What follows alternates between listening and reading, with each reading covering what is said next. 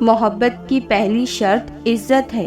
جو عزت نہیں دے سکتا وہ سچی محبت بھی نہیں دے سکتا. جہاں آپ کی عزت نہ ہو وہاں مت جاؤ، چاہے وہاں کھانا آپ کو سونے کی پلیٹ اور چاندی کے چمچ میں ہی کیوں نہ دیا جائے. اس شخص میں ہرگز دلچسپی نہ لو جو تم سے دوری اختیار کرتا ہو. اگر تم بادشاہ ہو تب بھی اپنے والدین اور استاذ کی تعظیم کے لیے کھڑے ہو جاؤ. کسی کی اچھائی کا اتنا بھی فائدہ مت اٹھاؤ کہ وہ برا بننے پر مجبور ہو جائے. برا ہمیشہ وہ بنتا ہے جو اچھا بن کر ٹوٹ چکا ہو. حق کے راستے میں سب سے بڑی سختی یہ ہے کہ انسان تنہا رہ جاتا ہے. دوستوں کے غم میں شامل ہوا کرو ہر حال میں، لیکن خوشیوں میں تب تک نہ جانا جب تک وہ خود نہ بلائیں. جب حق پر رہتے ہوئے تمہاری مخالفت حد سے بڑھنے لگے تو سمجھ لو اللہ تمہیں کوئی بلند مقام دینے والا ہے. اگر کوئی آپ کی فکر کرتا ہے تو اس کی قدر کرے، کیونکہ دنیا میں تماشائی زیادہ اور قدر کرنے والے کم ہیں. ذلت اٹھانے سے اچھا ہے کہ تکلیف اٹھاؤ. صبح کی نیند انسان کے ارادوں کو کمزور کرتی ہے. منزلوں کو پانے والے کبھی دیر تک سویا نہیں کرتے. ضرورت کا پورا نہ ہونا اس سے بہتر ہے کہ اسے کسی نااہل سے طلب کیا جائے. تیرا نفس تجھ سے وہی کام کروائے گا جس کے ساتھ تو نے اسے مانوس کیا ہے. جب یقین کی ڈور اللہ پر چھوڑ دی جاتی ہے تو پھر اللہ اپنے بندے کو رسوا نہیں کرتا. انسانیت بہت بڑا خزانہ ہے، اسے لباس میں نہیں انسان میں تلاش کرو. جو بہت اچھا لگے اسے کم ملا کرو، جو انتہا سے زیادہ اچھا لگے اسے صرف دیکھا کرو، اور جو دل میں سما جائے اسے صرف یاد کیا کرو. کیونکہ جو جتنا قریب ہوتا ہے دنیا اسے اتنا ہی دور کر دیتی ہے.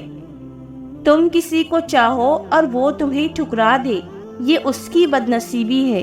اس کے بعد تم اسے زبردستی اپنانا چاہو، یہ تمہارے نفس کی ذلت ہے. ہمیشہ سچے لوگوں سے دوستی رکھو، وہ اچھے دنوں میں سرمایہ اور برے دنوں میں محافظ ہوتے ہیں. کفر کے بعد سب سے بڑا گناہ دل آزاری ہے، چاہے وہ مومن کی ہو یا کافر کی. جب کوئی عورت تمہارے سامنے رو پڑے تو تمہاری مردانگی کا تقاضا یہ ہے کہ تم اس بات کو وہیں ختم کر دو. اللہ نے کبھی نہیں کہا کہ زندگی آسان ہوگی. اللہ نے کہا میں صبر کرنے والوں کے ساتھ ہوں. قرآن میں اللہ تعالیٰ کہتا ہے جو عورت تمہیں پسند ہو اس سے فوراً نکاح کر لو. معاف ہر بار کرو مگر اعتبار ایک بار کرو. 100 دوستوں سے وہ ایک دشمن اچھا ہے جو دل میں نفرت تو رکھتا ہے لیکن منافقت نہیں. اگر کسی کی مسکراہٹیں آپ کے وجود سے وابستہ ہیں تو یقین کریں آپ کا وجود قابل رشک ہے. بس تربیت کا فرق ہوتا ہے، ورنہ جو سن سکتا ہے وہ سنا بھی سکتا ہے. ماں باپ کے ساتھ آپ کا سلوک ایک ایسی کہانی ہے جو لکھتے آپ ہیں لیکن آپ کی اولاد آپ کو پڑھ کر سناتی ہے. بہت اچھے ہو کر بھی آپ کسی کے لیے اچھے نہیں ہو سکتے، کیونکہ کہیں برے بنا دیے جاؤ گے یا پھر کہیں برے ثابت کر دیے جاؤ گے. کچھ دروازے اللہ ہماری بہتری کے لیے بند کرتا ہے. اچھے لوگوں کو آزمانے کی کوشش نہ کریں، ان کی مثال ہیرے جیسی ہوتی ہے جو ٹھوکر لگنے سے بہت دور چلے جاتے ہیں. الفاظ کبھی بھی انسان کو کھویا ہوا مقام واپس نہیں لوٹا سکتے، لیکن خاموشی مزید تذلیل ہونے سے بچا لیتی ہے. ساری دنیا کے لوگ تجھے اپنے فائدے کے لیے چاہتے ہیں، ایک تیرا رب ہے جو تجھے تیرے فائدے کے لیے چاہتا ہے. جس نے تجھے تیرے عیب بتائے، تجھے عقل ہو تو بے شک اس نے تجھ پر احسان کی انتہا کر دی. جب تم کسی کو اس کی دولت کی وجہ سے عزت دینے لگو تو سمجھ لو کہ تم نے اپنا ایمان گوا دیا. جن لوگوں کی تنہائیاں پاک ہوتی ہیں ان کی دعا کبھی رد نہیں ہوتی.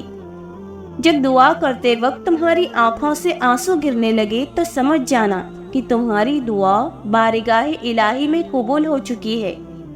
عزت سے اپنی جگہ تنہا کھڑے رہنا اس ساتھ سے بہتر ہے جو آپ کی عزت نفس کو کچل ڈالے۔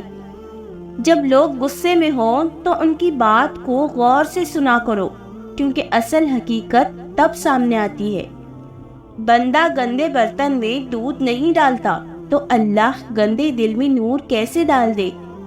3 کام اللہ کو بہت پسند ہے: ٹوٹے ہوئے دلوں کو جوڑنا، نہ چاہتے ہوئے بھی کسی کو معاف کرنا، اور کسی کے گناہ پر پردہ ڈالنا۔ خاموشیاں ہی بہتر ہیں، لفظوں سے لوگ روٹھ جاتے ہیں۔ اللہ تعالیٰ کبھی 2 مخلص لوگوں کو جدا نہیں کرتا جب تک کہ دونوں میں سے کوئی ایک منافق نہ ہو۔ اللہ کبھی مخلص کو منافق سے نہیں جوڑتا۔ جتنا زیادہ اللہ کا شکر ادا کرو گے، اللہ تمہیں اتنا زیادہ عطا کرے گا۔ مشکلات ہمیشہ بہترین لوگوں کے حصے میں آتی ہیں، کیونکہ وہ اسے بہترین طریقے سے انجام دینے کی صلاحیت رکھتے ہیں۔ زندگی بہت تلخ ہے اور لوگ اس میں اپنے اپنے حصے کا زہر ملانا ثواب سمجھتے ہیں۔ کسی کے دل میں محبت پیدا کر کے اسے چھوڑ دینا اسے قتل کرنے کے برابر ہے۔ جو عیب سے آگاہ کرے وہ دوست ہے، جو منہ پہ تعریف کرے وہ دشمن ہے۔ برداشت کی صلاحیت خوش نصیبوں کو ہی ملتی ہے۔ اخلاق کا حسن جب انسان میں آ جائے تو خالق اور مخلوق دونوں کا محبوب بن جاتا ہے۔ نماز پڑھا کرو، کوئی ملے یا نہ ملے، اللہ ضرور مل جاتا ہے، اور جب اللہ ہمیں چاہتا ہے تو سب مل جاتا ہے۔ 4 چیزیں سنبھال کر رکھو، کامیابی تمہارا مقدر ہوگی۔ نماز میں دل کو، تنہائی میں سوچ کو، محفل میں زبان کو، اور راستے میں نگاہ کو۔ صرف ایک ایسی محبت ہے جس میں کوئی تانا نہیں، الزام نہیں، رسوائی نہیں، شرمندگی نہیں، بے سکونی نہیں، اور وہ ہے اللہ کی محبت۔ جب تم کسی شخص کو اکیلا پاؤ تو سمجھ جاؤ کہ وہ ایک سچا انسان ہے، کیونکہ بھیڑ ہمیشہ منافق کے ساتھ ہوتی ہے۔ 4 لوگ کیا کہیں گے، یہ ایسی گھٹیا سوچ ہے جو اللہ کا ڈر نکال کر لوگوں کا خوف غالب کر دیتی ہے۔ جب دل تھک جائے تو سمجھ لو کہ آسمان سے تمہاری مدد کے لیے قبولیت کا اب کوئی نہ کوئی دروازہ کھلنے والا ہے۔ 3 چیزیں انسان کو اللہ سے دور کرتی ہیں: اپنے گناہوں کو بھول جانا، اپنے اعمال کو زیادہ سمجھنا، اپنے آپ کو سب سے بہتر سمجھنا۔ جو والدین کی قدر کرتا ہے وہ کبھی غریب نہیں ہوتا، اور جو ماں کی قدر کرتا ہے وہ کبھی بدنصیب نہیں ہوتا۔ کمینوں کے ساتھ نیکی کرنے سے دولت اور سلطنت زائل و برباد ہو جاتی ہے۔ رسول اللہ صلی اللہ علیہ وسلم نے فرمایا، بد نصیب ہے وہ شخص جو والدین کی خدمت کر کے ان کی دعائیں نہیں لیتا اور لوگوں سے کہتا پھرتا ہے کہ میرے لیے دعا کرنا۔ زندگی میں ہمیشہ اپنے چاہنے والوں کو اپنی کمی محسوس کرواؤ، مگر یہ دوری اتنی لمبی نہ ہو کہ کوئی آپ کے بغیر جینا سیکھ لے۔ جس کی امیدیں اللہ سے ہو وہ کبھی ناکام نہیں ہوتا۔ ناکام وہ ہوتا ہے جس کی امیدیں دنیا والوں سے وابستہ ہو۔ جب انسان اپنی وقت کھو دے تو اس کے لیے بہترین پناہ خاموشی ہے۔ گناہ کے دوران موت نہ آنا اور گناہ کے بعد توبہ کی مہلت ملنا اللہ پاک کا بڑا احسان ہے۔ حضور پاک صلی اللہ علیہ وسلم نے فرمایا، بد نصیب ہے وہ شخص جو عشاء نہیں پڑھتا اور دعاؤں میں پرسکون نیند تلاش کرتا ہے۔